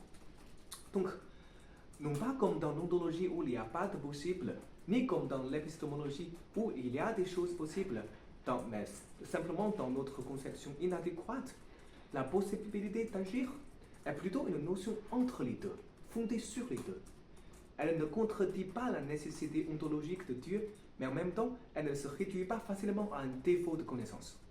En fait, la possibilité d'agir est une possibilité pratique, et la pratique est à la fois ontologique et épistémologique, puisqu'il s'agit d'une participation ontologique au monde à partir d'une certaine conception du monde. Ainsi, la possibilité d'agir pourrait être dite réelle, dans le sens qu'elle s'agit d'une possibilité de changement, non pas changement de l'ordre des choses, comme ce qui a été explicitement refusé par Spinoza, mais changement dans l'ordre des choses, c'est-à-dire la participation à la construction du monde, à la disposition des choses. Comment comprendre tout cela? D'abord, il est incontestable que tout est déterminé par la nécessité de Dieu, et ainsi, toutes les choses forment un ordre du monde unique et éternel qui ne peut pas être changé du dehors et ne peut pas être un autre ordre que celui produit par Dieu. C'est le déterminisme du point de vue global de Dieu dont nous avons déjà évoqué. Pourtant, il y a encore un point de vue local de chaque individu qui est en effet le point de départ de la pratique. On fait les choses, en effet, n'est pas fondé sur le savoir complet de Dieu, mais sur notre ignorance, en effet. Et dans une partie de Dieu, chaque individu participe à sa propre détermination avec toutes les autres choses. En fait, étant donné qu'il y participe lui-même, cet individu ne peut pas avoir une vision totale du monde ou de Dieu avant son propre effort. Ce qu'il fera fait partie de ce que Dieu fera. Sa providence particulière fait partie de la providence universelle de Dieu. Il ne peut pas concevoir, à un moment donné, la causalité complète sans sa propre contribution. Ça pourrait être une forme de défaut de connaissance, pourtant, elle n'est pas un défaut de facto, comme dans le cas où nous ne pourrions pas connaître la totalité de la chaîne infinie de la causalité comme Dieu le fait, puisqu'elle dépasse notre capacité finie. Elle est plutôt un défaut de jurer, parce que ce qui l'empêche, n'est pas les termes infinis ou indéfinis, mais la structure de la coopération qui enveloppe sa propre participation. Revenons à la définition précise du possible chez Spinoza. Je répète en effet la citation. J'appelle les mêmes choses singulières possibles en tant que lorsque nous sommes attentifs aux causes qui doivent les produire, nous ignorons si ces causes sont elles-mêmes déterminées à les produire. Nous voyons que la possibilité d'agir lui correspond bien. Nous ne savons pas si ces causes sont elles-mêmes déterminées à produire les effets. Mais ici, l'ignorance des causes est une ignorance structurelle et inévitable. Parce que cette fois-ci, mon conatus est une des causes. Et la détermination des causes à produire les effets dépendra mon propre effort. Donc, mon propre effort n'a pas été déterminé avant sa réalisation. Cela ne veut pas dire que mon effort est indéterminable, mais il est toujours en train de se déterminer dans son rapport avec les autres choses. Ainsi, la possibilité d'agir en tant qu'une possibilité pratique est à la fois ontologique et épistémologique. Elle est fondée par un défaut inévitable de connaissance, d'où elle est une possibilité, et ce défaut pourra être réparé par l'effort qui participe à la détermination ontologique et à la construction du monde. Donc, il s'agit d'une action. La possibilité d'agir ainsi est réelle, aussi bien que le conatus par lequel chaque chose s'efforce de préserver son être est réel. Le déterminisme non fataliste de Spinoza ainsi n'exclut pas la possibilité d'agir de chaque individu. En revanche, la coopération des individus et l'ensemble de leurs efforts constituent la détermination totale de Dieu. En fait, une telle conception serait beaucoup plus facile à comprendre dans un modèle politique de la démocratie que dans l'ontologie pure. Donc nous avons utilisé un modèle pour mieux illustrer ces discussions ontologiques un peu compliquées. Nous n'avons pas besoin d'entrer dans les détails concrets et dans les variétés différentes de la conception de démocratie. Une définition minimale nous suffira. Prenons celle de Spinoza. Je cite, « Le droit d'une société de ce genre, c'est ce qu'on appelle démocratie, qu'on définit donc comme assemblée universelle des hommes détenant collégialement un droit souverain sur tout ce qui est en sa puissance. » Et dans cette définition, il y a deux éléments constitutifs. L'union des hommes en tant que tout et le droit souverain de cette union sur tout ce qui est en son pouvoir. Donc tout le monde et le droit souverain. Si nous ajoutons le rôle de chaque individu dans cette définition, nous aurons les autres deux éléments, les individus ou les hommes qui forment cette union comme ses membres constitutifs et l'union des individus dont le pouvoir domine tous les individus. La puissance de chaque individu participe à la formation du pouvoir collectif, mais de l'autre côté, ce pouvoir souverain détermine les droits de chaque individu. À partir de cela, comment fonctionne la démocratie? Bien qu'il y ait des variétés diverses en théorie et en réalité de l'opération de la démocratie, son principe reste le même, un principe minimal. La décision finale d'une communauté démocratique résulte de la décision de chacun. Chaque individu participe à la construction de la décision finale en coopérant avec les autres individus. Et en revanche, dès que la décision collective finale est faite, chaque individu doit y obéir sans aucune discussion. Et en termes de Spinoza, je cite, « Chacun transfère toute la puissance qu'il détient à la société qui conservera donc seul un droit souverain de nature sur toute chose, c'est-à-dire un pouvoir souverain auquel chacun sera tenu d'obéir, librement ou par crainte du dernier supplice. » Fin de citation. Correspondant aux deux éléments dans la définition de la démocratie, il y a deux moments dans son opération. D'abord, la formation d'une décision, par exemple le vote de chacun, la participation de chacun, mais dépend-elle? Et dans le deuxième moment, chaque individu est dominé définitivement par le commandement collectif. Et dans une partie de la communauté, nous sommes obligés d'obéir à son commandement, puisqu'elle déterminera les lois, les directions et les dispositions de nos comportements. Mais en même temps, pourvu que nous ayons participé à la formation de ce commandement par une démarche démocratique, nous ne pourrons pas dire que nous n'avons pu rien faire et que nous sommes victimes d'un destin imposé par la communauté. Ne trouvons-nous pas un isomorphisme entre la structure du déterminisme non fataliste que nous avons parlé et celle de la démocratie? Un principe est partagé par les deux structures. La partie participe à la détermination du tout et elle est soumise aussi à cette détermination. Dans le déterminisme, nous avons aussi deux moments dans le processus logique de la détermination. Les conatus des individus dans leur ensemble constituent la puissance infinie de Dieu et en revanche, la nécessité qui est une manifestation de la puissance de Dieu détermine les comportements de chaque individu. La détermination totale et absolue de Dieu sur le monde rassemble à la souveraineté de la communauté sur tous ses membres. La coopération interactive entre les individus ressemble à la discussion ou même au jeu de pouvoir entre les citoyens sur l'agora. Et finalement, la participation de chaque individu à sa propre détermination ressemble à l'acte de voter quand même dans la démarche démocratique. Par conséquent, la possibilité d'agir autrement, de changer la disposition interne de l'ordre du monde à l'intérieur, ressemble au vote. Si nous ne refusons pas la possibilité de la participation de chaque citoyen à la décision collective dans une démarche démocratique, nous pourrions accepter sans grande difficulté la possibilité d'agir dans le déterminisme de Spinoza.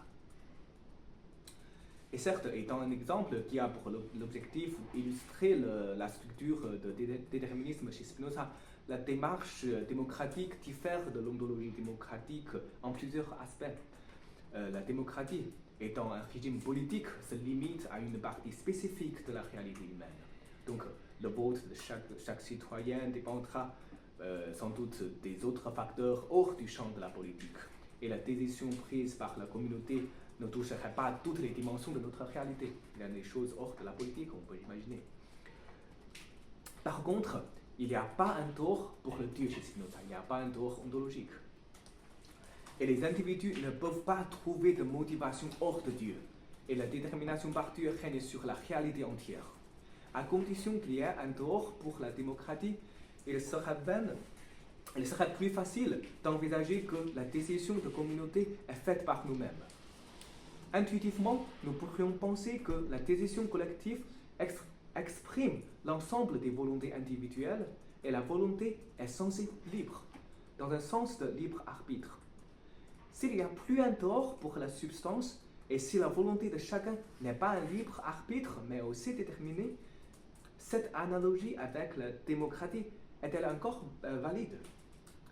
L'enjeu de cette question retourne à la question à laquelle nous avons déjà répondu. Pourrions-nous envisager une possibilité d'agir sans la notion du libre arbitre? Et la réponse que nous avons déjà donnée est affirmative. Donc, il nous semble bien légitime d'élargir l'extension de la démocratie à l'ontologie de Spinoza. Et la conclusion sera donc double. D'un côté, la conception de la démocratie sera modifiée en plusieurs aspects. Ce n'est plus une démocratie des sujets libres, au sens du libre arbitre ou de la volonté libre, mais une démocratie des puissances déterminées et déterminantes. Et la démocratie n'est pas simplement un régime parmi les autres, la monarchie et l'aristocratie, mais la condition ontologique fondée de tous les régimes politiques. Et de l'autre côté, nous aurions une ontologie démocratique qui permet à la fois le déterminisme et la possibilité d'agir, qui est l'enjeu de la doctrine pratique de Spinoza. Elle est une ontologie, non pas une politique, puisqu'elle est encore une science de l'être, de la nature des choses. Et dans une ontologie immanente, elle diffère des ontologies, entre guillemets, monarchiques ou des ontothéologies selon lesquelles il y a un transcendant au ciel qui domine les affaires sur la Terre et étant une ontologie déhiérarchisée, elle diffère aussi des ontologies aristocratiques, entre guillemets, dans lesquelles nous trouvons une hiérarchisation de l'être. Elle est démocratique même dans sa structure interne. La participation de chaque individu, la coopération entre tous les individus et finalement la détermination totale et collective par Dieu lui-même, dont l'autre nom est la nature, qui est à la fois la nature naturante et nature naturée, donc par l'ensemble des individus eux-mêmes. En fait, par une telle conception de l'ontologie spinoziste, non seulement nous retrouvons la cohérence de son système, à savoir la compatibilité entre le déterminisme et sa doctrine pratique, et nous voyons l'innovation radicale de Spinoza par le fait que les deux sont étroitement liés. L'ontologie déterministe est investie par les puissances qui sont libératrices et même émancipatrices. Et l'éthique et la politique s'écartent, s'évitent de la notion occulte de libre arbitre. Et ainsi se fondent sur le déterminisme démocratisé. Merci, c'est tout.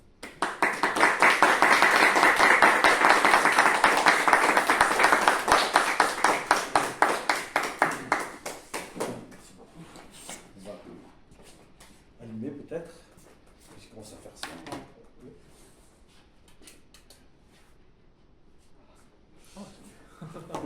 Et puis on a... Bien, c'est bon là la caméra? Donc, écoutez, Xulong, merci beaucoup pour ce magnifique exposé. Je n'ai pas d'autres mots. C'était majestueux. Enfin, je veux dire, un parcours à la fois précis, comment dire, extrêmement informé, puis très spéculatif, très construit, qui aboutit à des conclusions, et puis qui soulève en nous beaucoup d'interrogations. Enfin, en tout cas, en moi, je ne sais pas si c'est votre cas, j'espère aussi, enfin on va voir ça dans la discussion. On a heureusement encore un peu de discussion parce que vous avez parlé quand même assez longtemps, c'est un exposé massif, hein, massif. Franchement, j'espère que vous publierez ce texte parce qu'il est vraiment superbe. Et je dirais que je suis d'accord avec énormément de choses que vous avez dites, donc je ne vais pas surtout faire moi-même un deuxième exposé là derrière, je vais juste évoquer 2-3 petites choses et vous poser enfin, une toute petite question, puis après je donnerai la parole aux auditeurs. Moi ce que j'ai trouvé vraiment très intéressant, c'est, je suis quand même presque complètement d'accord si vous voulez, c'est cette... récupération, ce que vous appelez une ontologie démocratique, une ontologie de la coopération. Et si vous voulez, je pense, c'est juste des suggestions que je fais là pour vous, puis pour les gens qui écoutent, etc.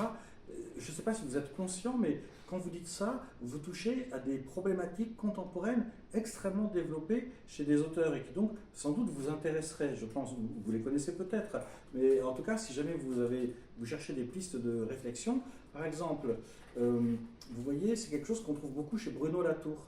Vous avez parlé à un moment de marionnettes. Or, vous devez savoir que le thème de la marionnette est un thème absolument central chez Latour. Oui. C'est-à-dire que c'est toute une ontologie de la marionnette. C'est-à-dire, qu'est-ce que c'est qu'une marionnette? Une marionnette, puisqu'on parle de déterminisme, hein, on est comme des marionnettes qui sont tenues par des fils, par un marionnettiste, ou par plusieurs marionnettistes. Donc on est déterminé, on n'est pas libre, on est comme une petite poupée qui obéit. Mais Latour a fait de cette notion de la marionnette une notion centrale de son ontologie. Et pour quelle raison? Eh bien, son idée, c'est que, c'est là qu'elle rejoint la vôtre, c'est que sans doute la marionnette est déterminée par le marionnettiste, mais inversement, le marionnettiste est déterminé par la marionnette. Parce que quand vous avez une certaine marionnette dans les mains, si elle est lourde, si elle est très articulée ou pas, vous bougez d'une façon différente, vous racontez des histoires différentes.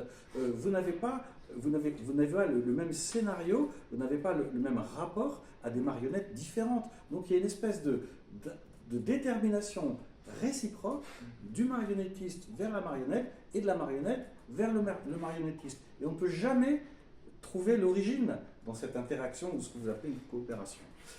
Donc ça, j'ai trouvé ça vraiment tout à fait intéressant. Et vous verrez, donc, par exemple, dans Enquête sur les modes d'existence, qui est son dernier très gros livre, Bruno Latour a énormément développé cette question de la marionnette. Et sa thèse, si vous voulez, c'est une chose que vous n'avez pas évoquée, mais c'est pour ça que j'en dis un mot très rapidement, c'est qu'au fond, dans cette espèce d'interaction que vous pourriez prendre à d'autres niveaux, par exemple, entre le père et le fils, ce qui est une interaction, si vous voulez, à la fois familiale, mais aussi théologique et aussi artistique, ou entre l'artiste et son œuvre. Le père devient père à condition qu'il ait un fils. Donc si vous voulez, vous faites un fils, mais lui, il vous rend père. Oui. C'est-à-dire que le fils est le père du père. Parce que le fils engendre le père tout autant que le père engendre le fils. Il y a une boucle. Et de même pour l'œuvre, et ça c'est la théorie de la tour, l'œuvre, l'artiste, si vous voulez, il crée son œuvre, bien sûr, donc il est le père de son œuvre, mais inversement, c'est quand vous avez fait une œuvre que vous êtes artiste. Donc on peut dire d'une certaine façon que c'est l'œuvre qui crée l'artiste. Donc là c'est pareil, vous avez une coopération en boucle entre le père et le fils, entre Dieu évidemment et son fils, ou entre l'artiste et l'œuvre. Et donc cette espèce de coopération en boucle que vous avez fait voir est absolument essentielle chez Bruno Latour par exemple, et on pourrait en citer encore d'autres exemples, mais comme je ne veux pas être trop long, je vais m'en tenir là juste pour le moment. Alors, j'en viens à ma question avec énormément de frustration parce que j'aurais 1000 choses à dire, mais c'est pas moi qui parle aujourd'hui. Vous voyez, j'ai trouvé très intéressant et très juste d'un point de vue spinoziste cette idée qu'au fond, la politique est la vérité de l'éthique. Hein, de même qu'elle est la vérité de l'ontologie, d'une certaine façon. Alors, bon, je suis entièrement d'accord, si vous voulez, mais je ne sais pas si vous vous rendez bien compte du caractère extrême de cette position, que je pense qu'on peut cautionner, mais qui est quand même extrême. C'est-à-dire que, au fond, ce qui vous manque, et ce qui manque à tout votre exposé, enfin à toute votre conception, c'est la question essentielle que se posent tous les gens qui raisonnent en termes d'éthique, c'est-à-dire, la question n'est pas seulement la question de la possibilité d'agir, ça vous l'avez résolu magnifiquement, mais la question c'est la possibilité d'agir bien, ou d'agir mal, vous comprenez? Et c'est là qu'est l'éthique, parce que la possibilité d'agir, si j'ose dire, c'est une question presque ontologique. Est-ce que je participe à la détermination générale du monde, je la subis, en même temps je la provoque dans une espèce de boucle. Mais la question éthique, c'est quand même, est-ce que j'ai raison d'agir comme ça? Est-ce que je me suis bien comporté? Est-ce que je me suis mal comporté? Alors, c'est des questions qu'on peut récuser. Mais enfin, vous voyez, ça c'est peut-être une dimension que vous avez occultée en quelque sorte et qu'on attend dans un exposé sur l'éthique. C'est-à-dire, est-ce que vous iriez jusqu'à dire, moi personnellement ça ne me gênerait pas, mais c'est extrême comme position, qu'au fond il n'y a ni bien ni mal, que le seul jugement qu'on peut porter sur une action, c'est d'un point de vue légal, c'est-à-dire il existe des actions légales et des actions illégales, mais il n'existe ni action juste, ni action injuste. En gros, l'éthique n'existe pas. Ce serait ça la vérité politique de l'éthique, la négation même de l'éthique. Bon, alors pour aller jusque-là, il faut quand même... je pense que quand on est démocrate absolutiste comme les Spinoza, on va jusque-là. C'est-à-dire on dit, c'est ce que je dirais par exemple, il n'y a pas de loi injuste. Ça n'a aucun sens. Toute loi votée est légale. Donc même les pires. Donc les gens qui vont dire « Ah, cette loi est injuste, il ne faut pas voter comme ça, c'est mal, etc. » sont des gens qui sont encore dans l'illusion éthique. Et le spinoziste va dire « Non, la démocratie est là, ontologie de la coopération, le peuple a décidé. » Là, votre exposé tombe pile. En France, en ce moment, on est très agité autour de questions dans ce genre-là. Est-ce qu'on va voter bien? Est-ce qu'on va voter mal? Est-ce que c'est une honte de voter dans un certain sens? Est-ce que c'est une honte de voter dans un autre sens? Est-ce que telle alliance est bonne, telle alliance est permise, telle alliance est interdite, telle alliance est scandaleuse? Donc est-ce qu'on a le droit de faire ce jugement?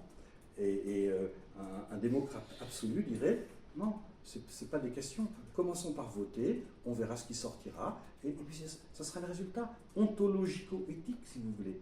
Mais bon, est-ce qu'on doit aller jusque-là? Est-ce qu'on doit vraiment jeter par la fenêtre les catégories de bien et de mal, qui semblent quand même les notions centrales de l'éthique, vous voyez? Oui, merci beaucoup pour votre commentaire.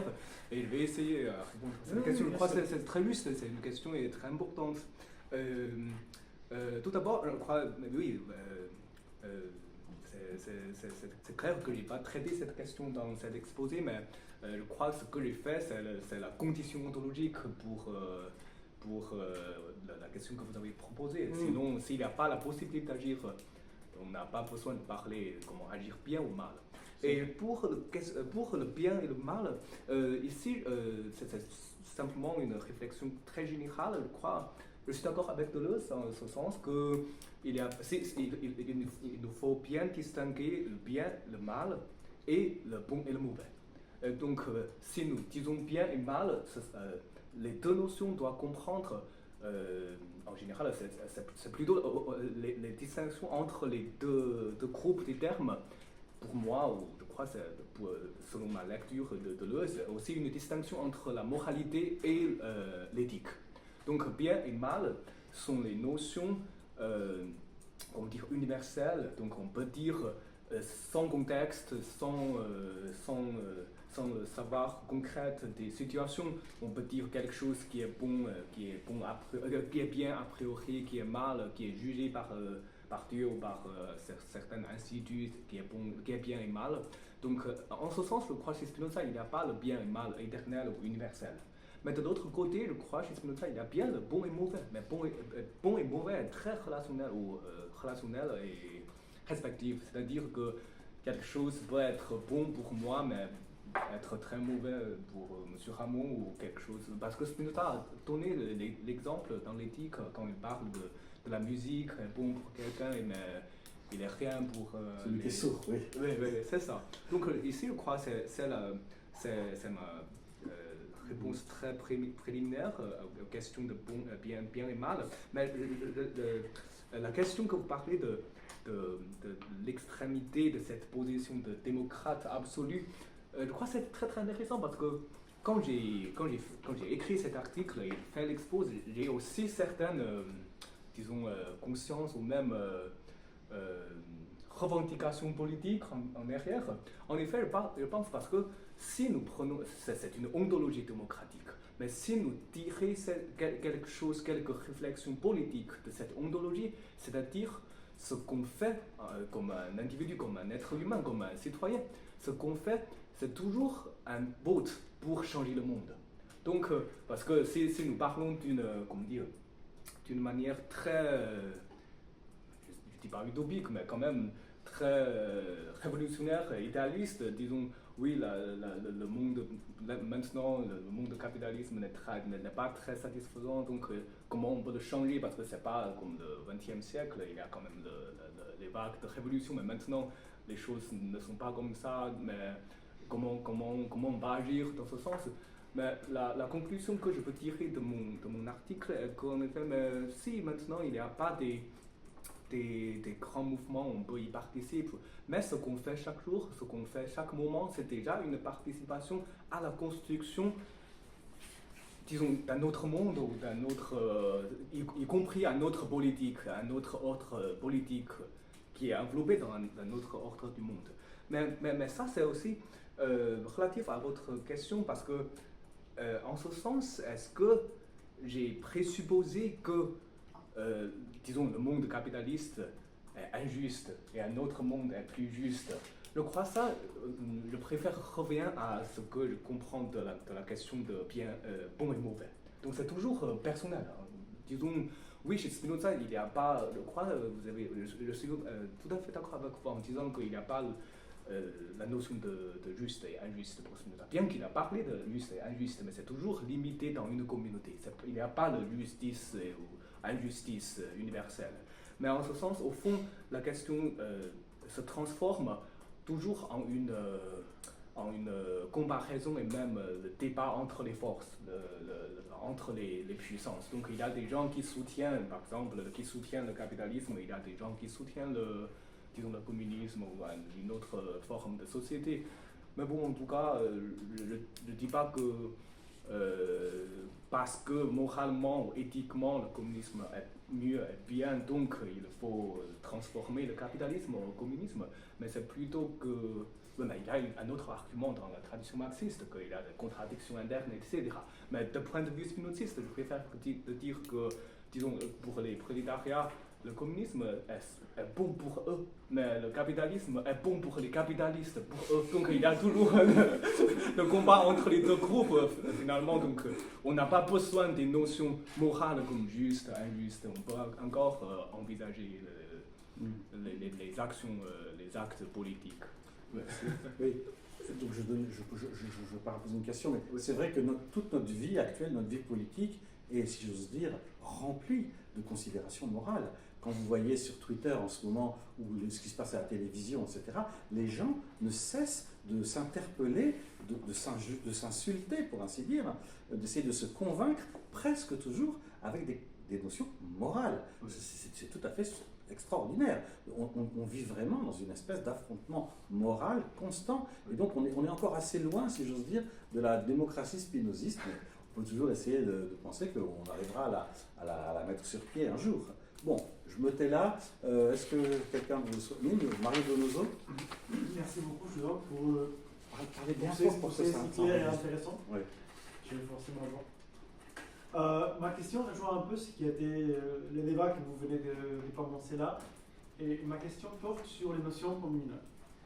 Parce que, comme tu as dit tout à l'heure, tu parles de la coopération, mais c'est vrai qu'on pourrait distinguer deux formes de coopération, ou de degrés de coopération, je ne sais pas.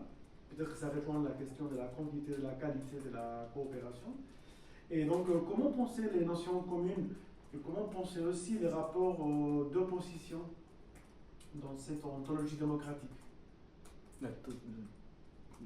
L'opposition. Est-ce qu'il peut y avoir une opposition dans cette ontologie démocratique? Comment penser la convenance et son contraire oui.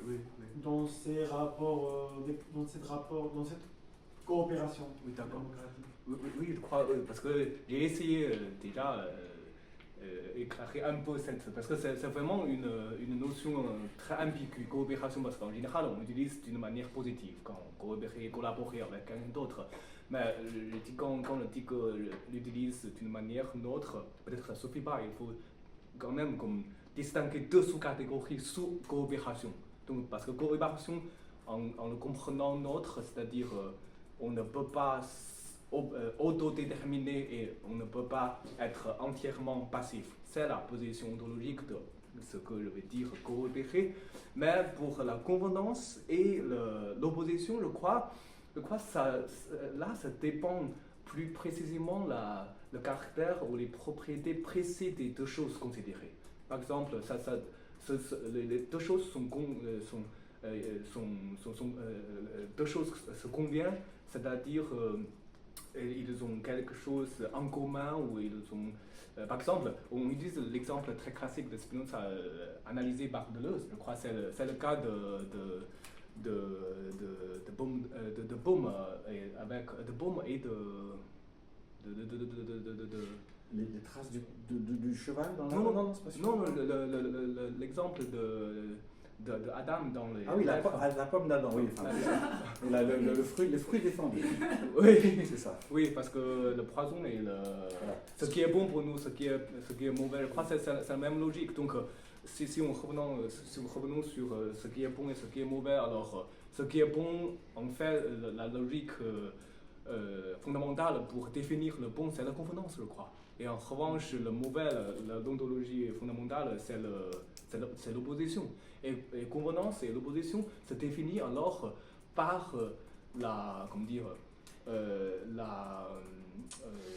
oui, parce que c'est un peu comme très fondamental par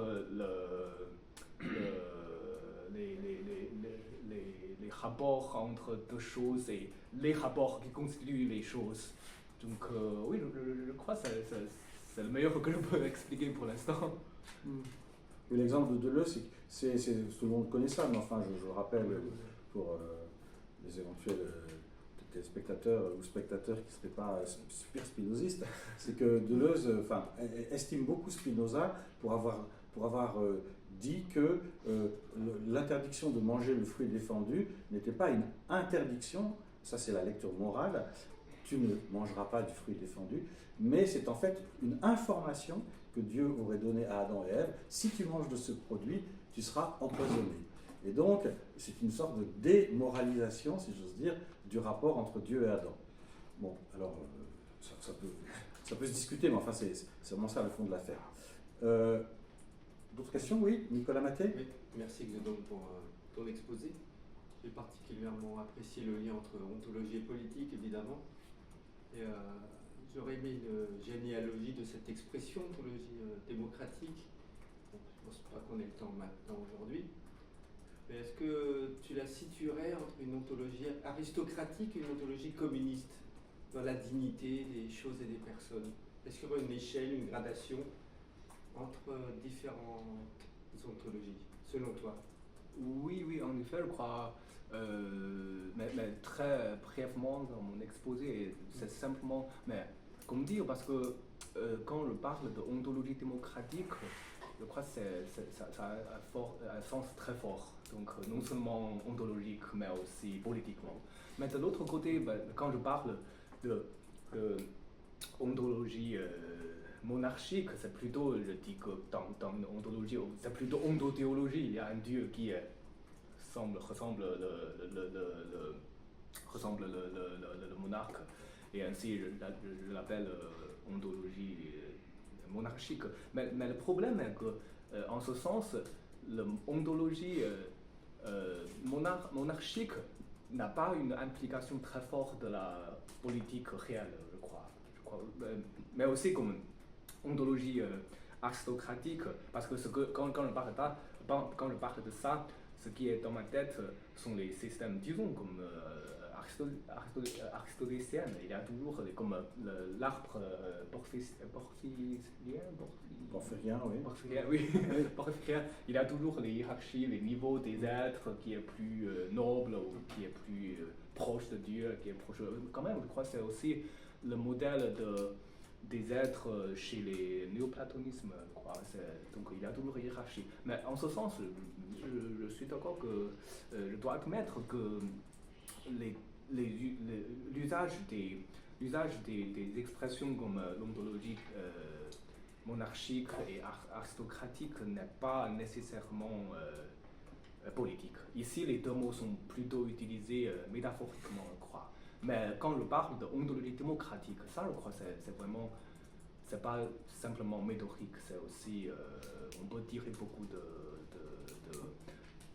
conclusions politiques. Mais je crois que c'est aussi pour une autre raison, parce que je suis ici parfaitement d'accord avec Balibar. Il a souligné qu'en effet, chez Spinoza, le mot, même le régime démocratique, parce que Spinoza le nommait régime absolu. Régime absolu, c'est-à-dire que la démocratie, dans le cadre conceptuel de Spinoza, a deux positions. D'un côté, c'est la démocratie, monarchie, aristocratie, c'est l'une des trois régimes. Mais de l'autre côté, démocratie, pour Spinoza, selon l'interprétation de Balibar, c'est la condition de tous les régimes possibles. Donc tous les autres régimes toujours fondés sur une manière de démocratie, c'est-à-dire fondés sur les consensus minimales, la coopération, collaboration minimale de tout le monde. Bien que dans un régime monarchique, il y a aussi cette consensus qu'on est d'accord, on vit agréablement avec un monarque, donc il y a toujours le moment démocratique, je crois. Donc je crois que c'est pourquoi l'ontologie démocratique a plusieurs sens et plus fort que l'usage que j'emploie dans mon exposé. Windal Yu. Merci pour cette conférence si riche. J'ai quelques questions plutôt marginales. C'est que je m'intéresse à la transition d'une partie de votre lecture de déterminisme et l'autre partie de ontologie démocratique. C'est que vous avez parlé de coopération, de conatus de tout le monde, de chacun. Et de l'autre côté, c'est le vote. Vous voyez que c'est les deux choses dans les différents niveaux. Vous voyez, notre coopération, notre participation réciproque ne veut pas forcément dire que le vote au niveau pratique. C'est ça la première question. Le deuxième, c'est que ça vous avez mentionné tout à l'heure, et ça me fait penser que si jamais je suis dans l'autre face de votre lecture, c'est que je pense que je suis coupable,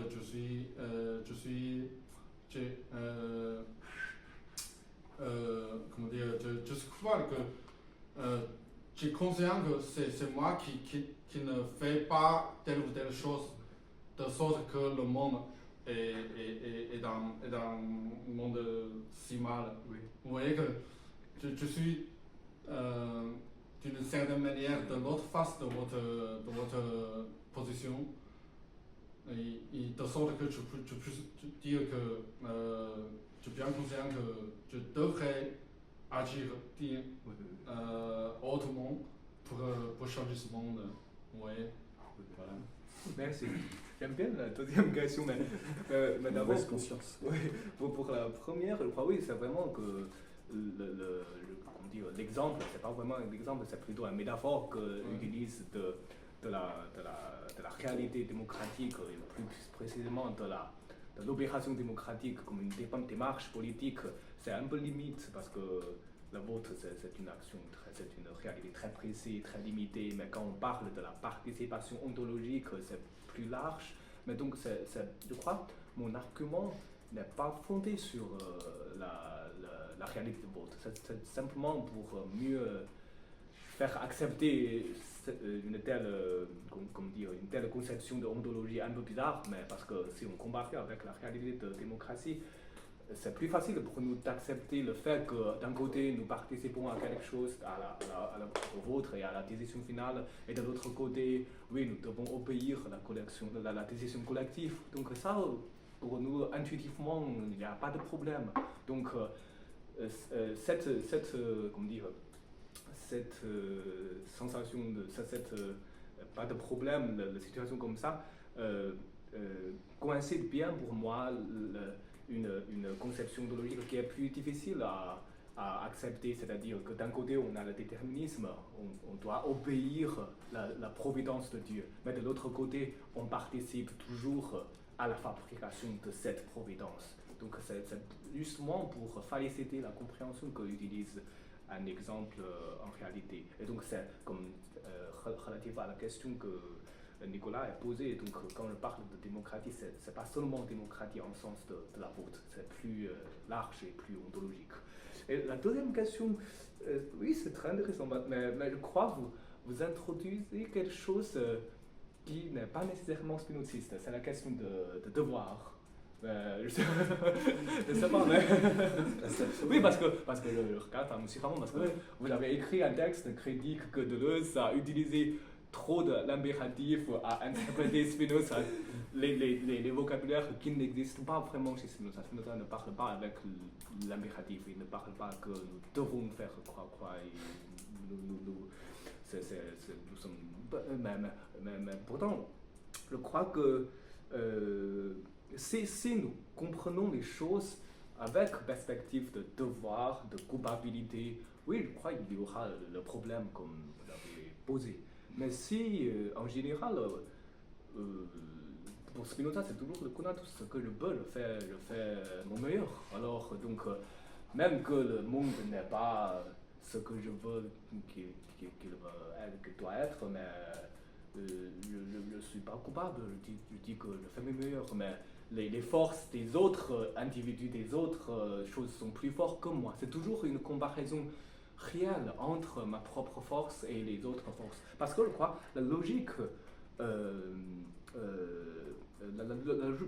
logique essentielle de la culpabilité se réside dans la comparaison entre ma puissance actuelle et ma puissance idéale, c'est-à-dire ma puissance que j'imagine je dois avoir. C'est ça, on trouve une sorte de culpabilité. Je pense que je ne suis pas assez mieux, assez bon que j'imagine.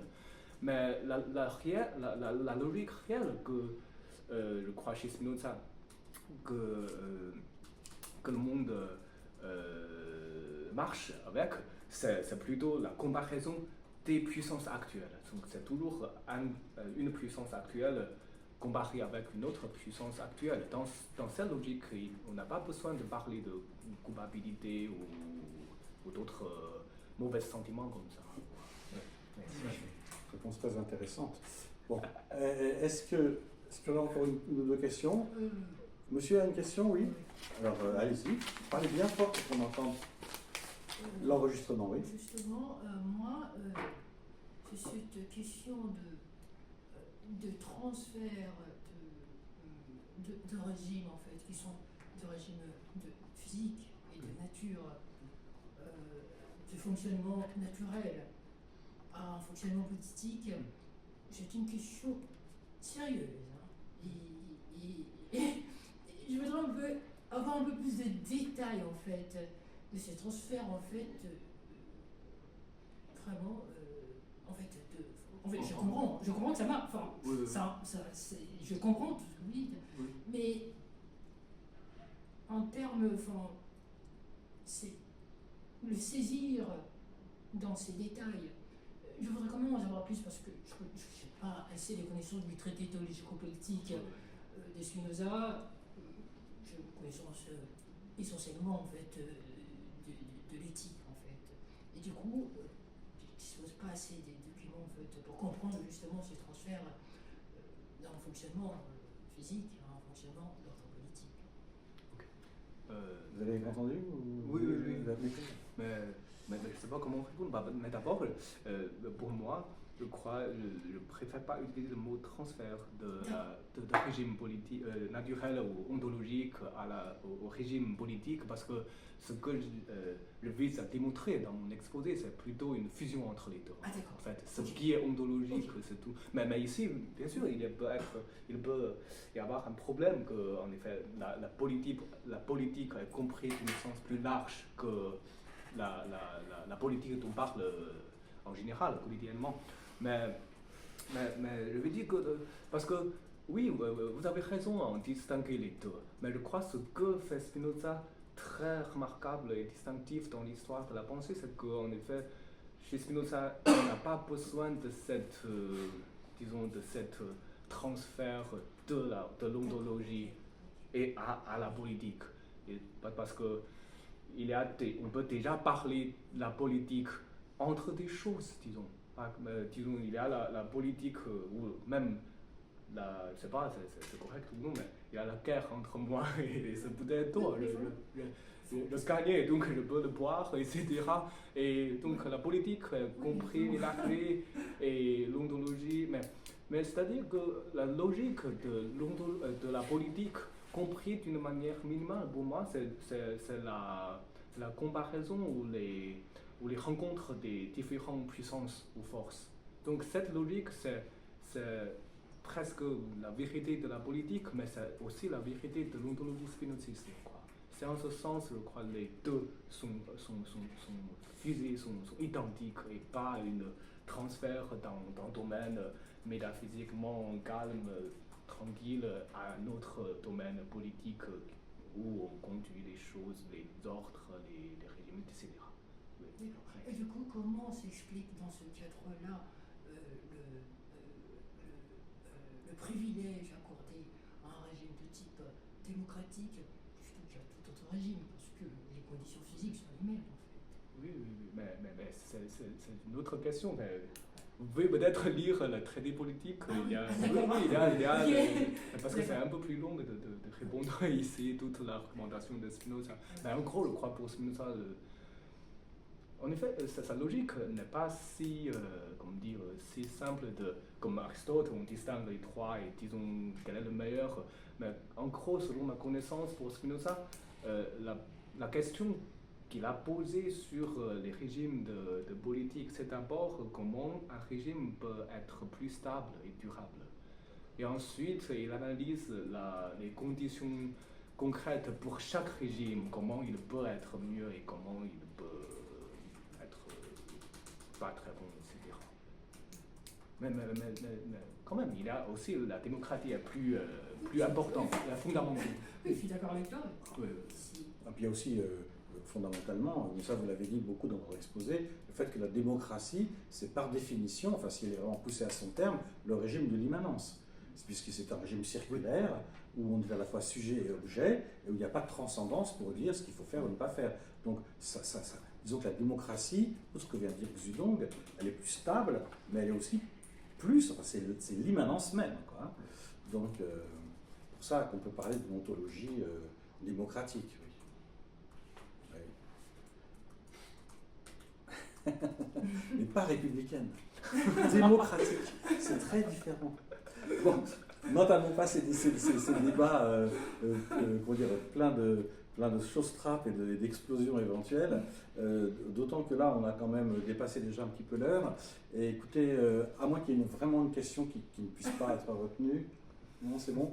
Écoutez, dans ce cas-là, il nous reste à remercier notre conférencier pour ce très bel exposé, cette très belle discussion sur des sujets absolument essentiels, aussi bien sur Spinoza que dans Absolument Parlant.